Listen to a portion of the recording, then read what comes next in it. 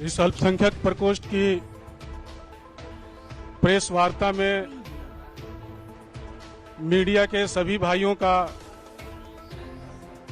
हम स्वागत करते हैं। आज यहां वक्फ बिल पर इस प्रेस वार्ता को बुलाया गया है, जिसमें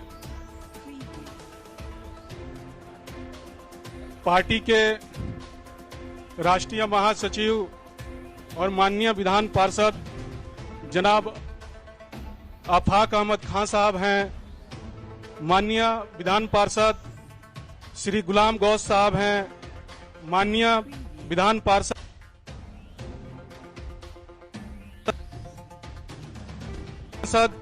अहमद अशफाक करीम साहब हैं, माननीय मोहतरमा कहकशा परवीन साहिबा पूर्व सांसद यहां मौजूद हैं, माननीय सुन्नी वक्फ बोर्ड के अध्यक्ष जनाब इरशादुल्लाह साहब यहां मौजूद हैं, सिया वक्फ बोर्ड के अध्यक्ष माननीय अफजल अब्बास साहब यहां मौजूद हैं, माननीय पूर्व विधान पार्षद जनाब सलीम परवेज साहब यहां मौजूद हैं, पार्टी के प्रदेश महासचिव डॉक्टर अस्मा परवीन साहिबा यहां मौजूद हैं, मदरसा बोर्ड के पूर्व अध्यक्ष जनाब अब्दुल कयूम अंसारी साहब यहां पर उपस्थित हैं और अल्पसंख्यक प्रकोष्ठ के प्रभारी पार्टी के प्रदेश के महासचिव जनाब मेजर इकबाल हैदर खान साहब यहां मौजूद हैं और यहां पर जो हमारी पार्टी की प्रवक्ता बहन अंजुम आरा भी यहां मौजूद हैं।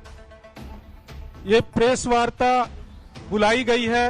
कुछ लोगों ने ये कहा था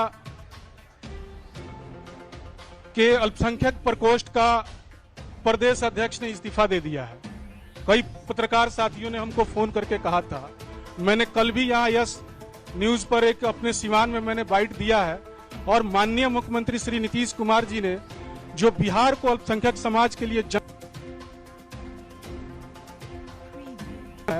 उनके खाने पीने में कोई परेशानी नहीं है, इंसाफ के साथ अमन और तरक्की के साथ उनको भी बराबरी का हक दे रहे हैं, तहफ्फुज का पैगाम दे रहे हैं और इसी को आगे हम लोग बढ़ा रहे हैं। और माननीय मुख्यमंत्री जी ने हमेशा न्याय के साथ विकास किया, किसी के साथ भेदभाव नहीं किया है।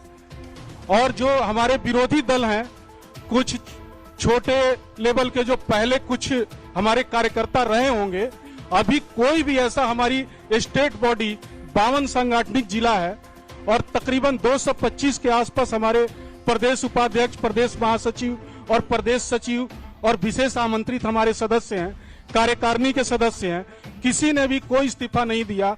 सब लोग माननीय मुख्यमंत्री श्री नीतीश कुमार जी के नेतृत्व में आस्था विश्वास व्यक्त कर रहे हैं और हम लोगों को उम्मीद है कि माननीय मुख्यमंत्री जी जो भी कार्य करते हैं इस समाज के हित के लिए किए हैं।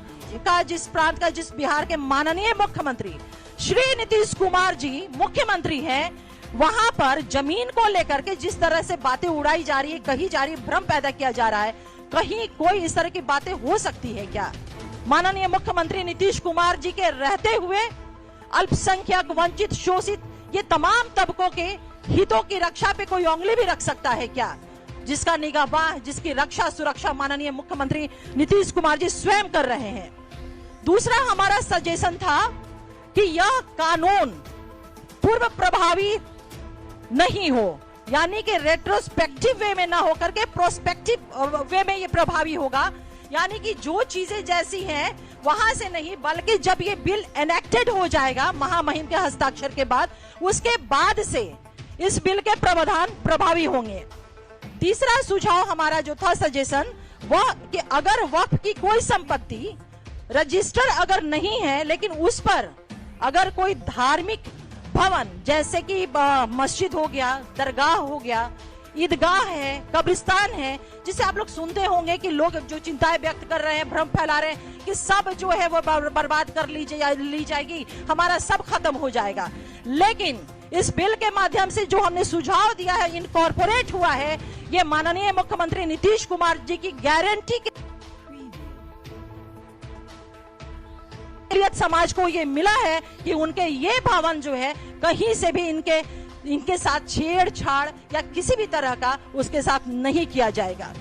चौथा हमारा सजेशन रहा है जो इनकॉर्पोरेट हुआ है, जिसको माना गया है वक्फ संपत्ति से जुड़े विवादों के निराकरण के लिए जिलाधिकारी से ऊपर के अधिकारी को अधिकृत किया जाए। इसको भी शामिल कर लिया गया है इस बिल में, जो हमने सुझाव दिया था। पांचवा हमारा सुझाव और अंतिम सुझाव,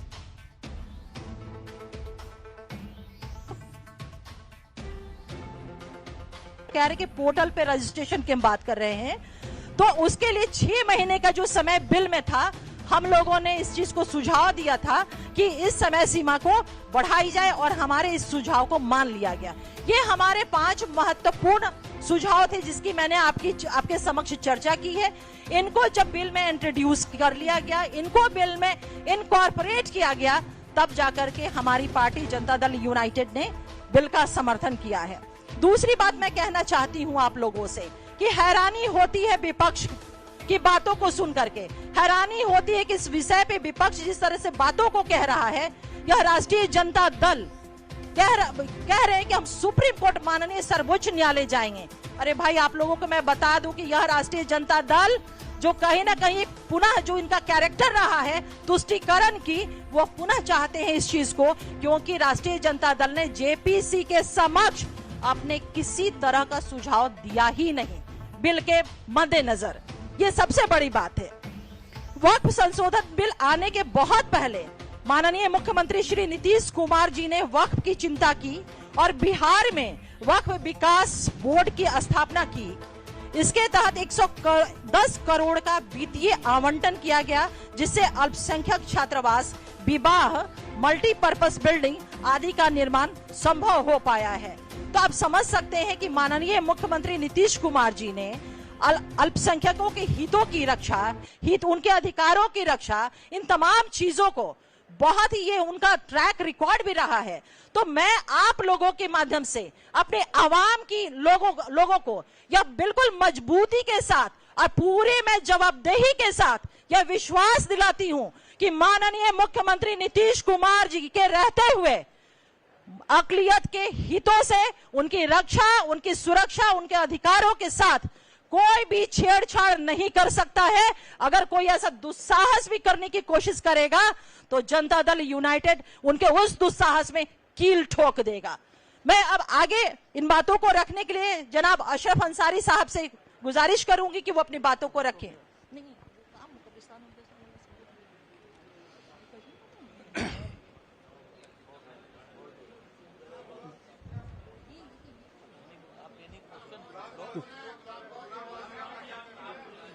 जी, प्रेस रिलीज आप लोगों को सब, आपने कहा कि 5 सुझाव हमने दिए थे वो मान लिए गए, क्या उल्लेख इसमें आपने किया है? क्या आपने ये सुझाव दिया था कि 2 हिंदू मेंबर होनी चाहिए, या उस पर आपको इतराज नहीं है? आप चाहते हैं, जनता दल यूनाइटेड ये चाहती है कि धार्मिक मामलों में, मुसलमानों के वक्त वाले मामले में 2 हिंदू गैर मुस्लिम मेंबर हो, इससे आप खुश हैं? क्या ये सुझाव?